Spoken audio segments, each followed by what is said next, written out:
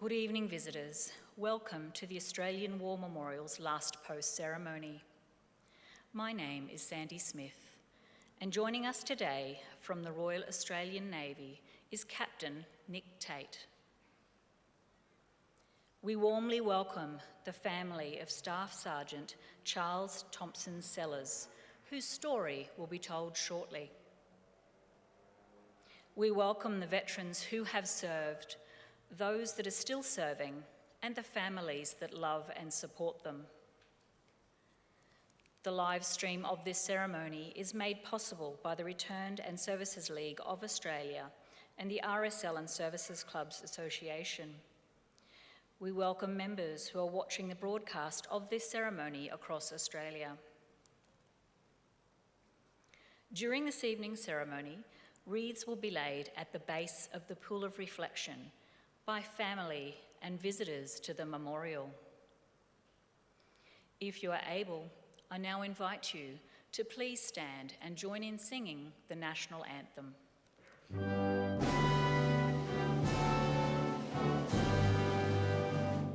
Australians, oh, let us rejoice, for we are one and free.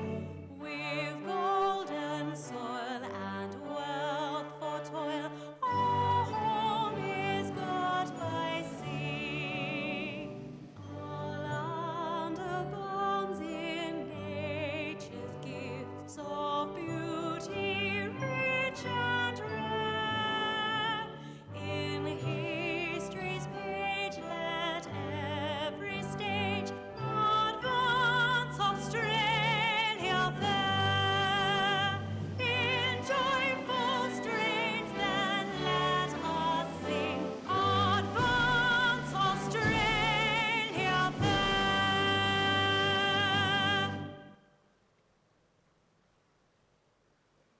For those who are able, please be seated.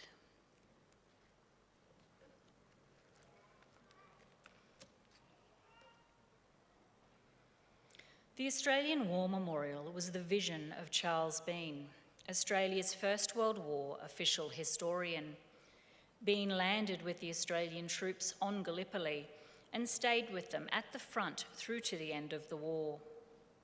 The idea of this national memorial and museum came to him at Pozières, France, in the depths of the bloody fighting of 1916.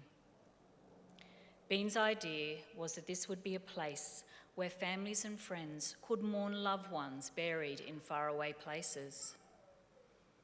It would also be a place that could help all Australians understand what these men and women had endured and what they had done for us. Bean's vision, to which we remain true, is best expressed as inscribed in the entrance to the memorial's galleries. Here is their spirit, in the heart of the land they loved, and here we guard the record which they themselves made. Tonight we will read the story behind just one of those on the Roll of Honour, which lists the names of more than 103,000 men and women who have given their lives for us in war and on operations for more than a century. But first we present a lament.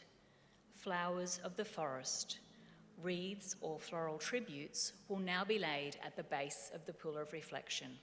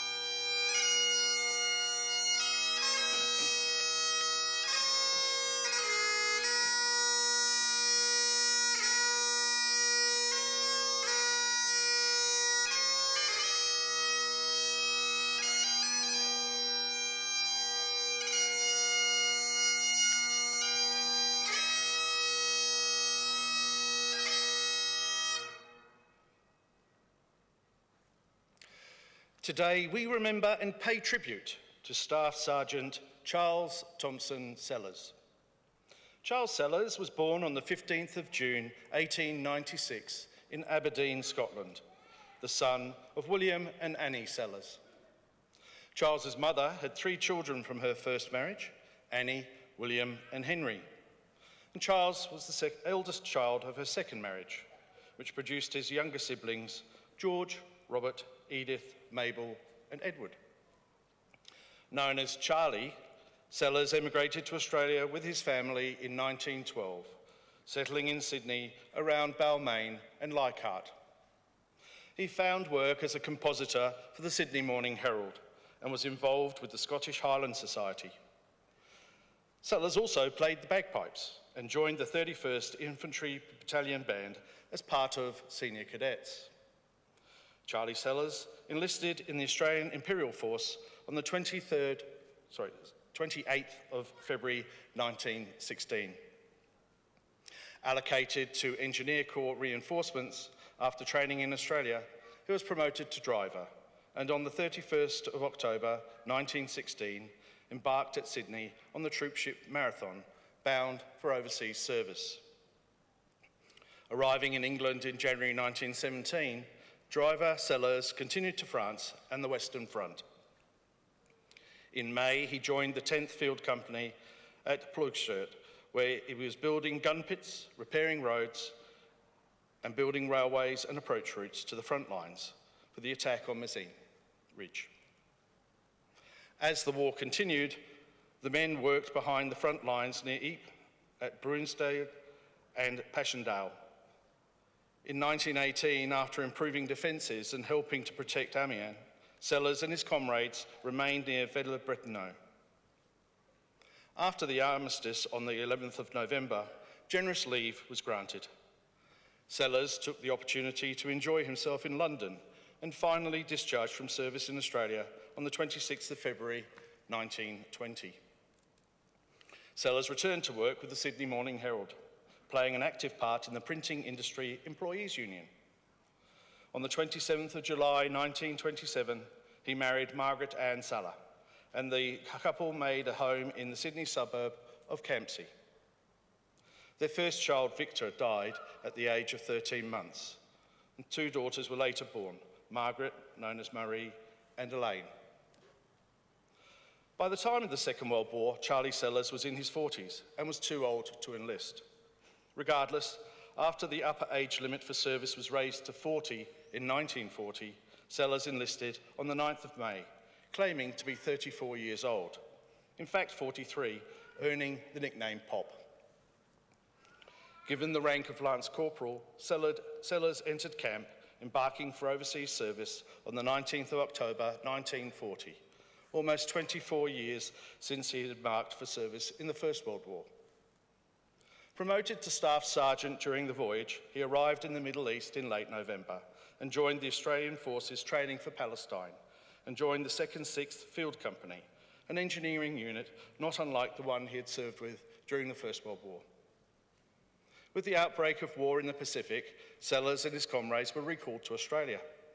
In February 1942, they embarked on the troopship Orchides, which was diverted to Java, an island of modern-day Indonesia.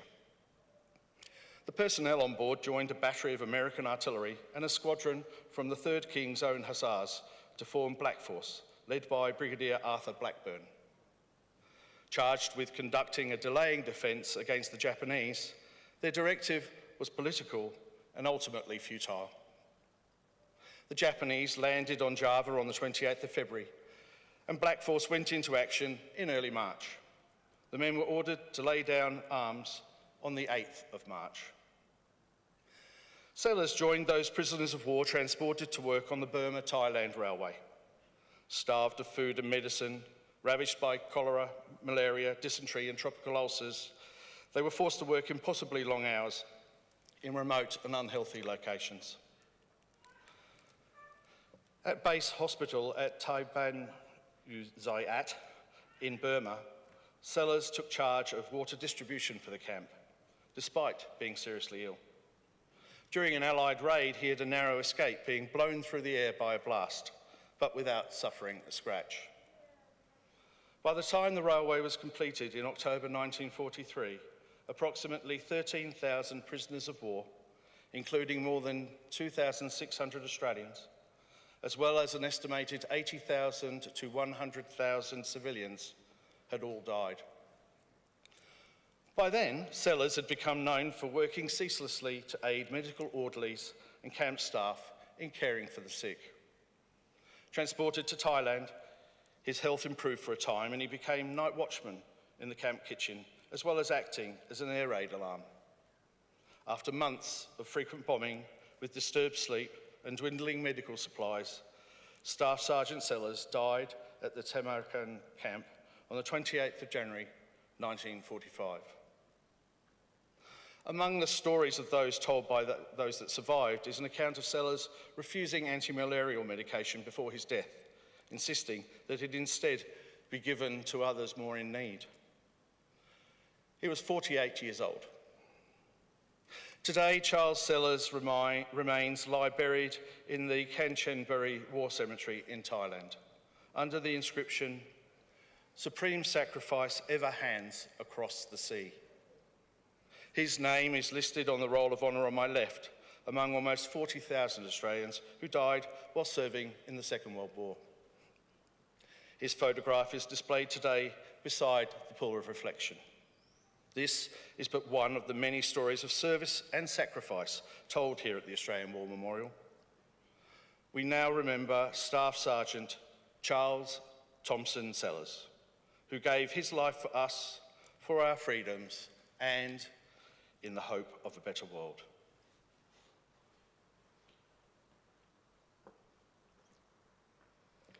Please stand for the reading of the ode and the sounding of the last post.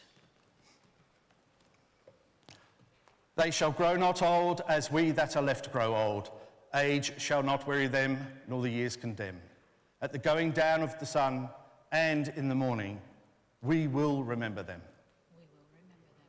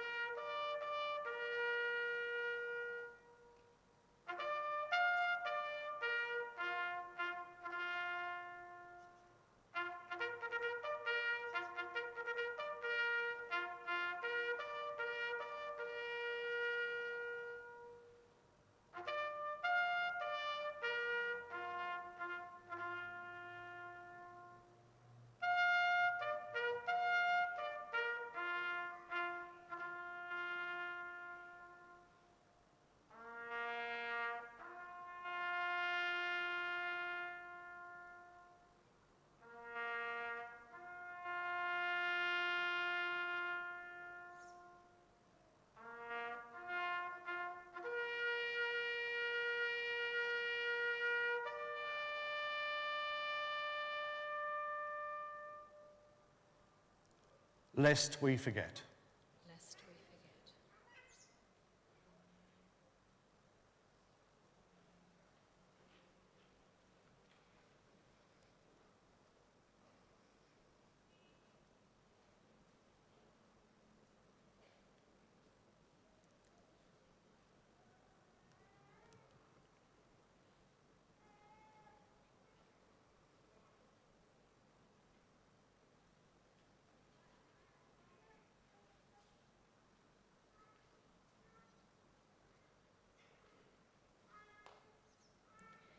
We leave you this evening with the words of the memorial's founder, Charles Bean. Many a man lying out there at Poziere or in the low scrub at Gallipoli with his poor, tired senses barely working through the fever of his brain has thought in his last moments, well, it's over. but in Australia, they will be proud of this. Ladies and gentlemen, girls and boys, that concludes the last post ceremony. On behalf of our director, staff and volunteers, thank you for visiting the Australian War Memorial today and for your continued support during the memorial's development project. We wish you all a very pleasant evening.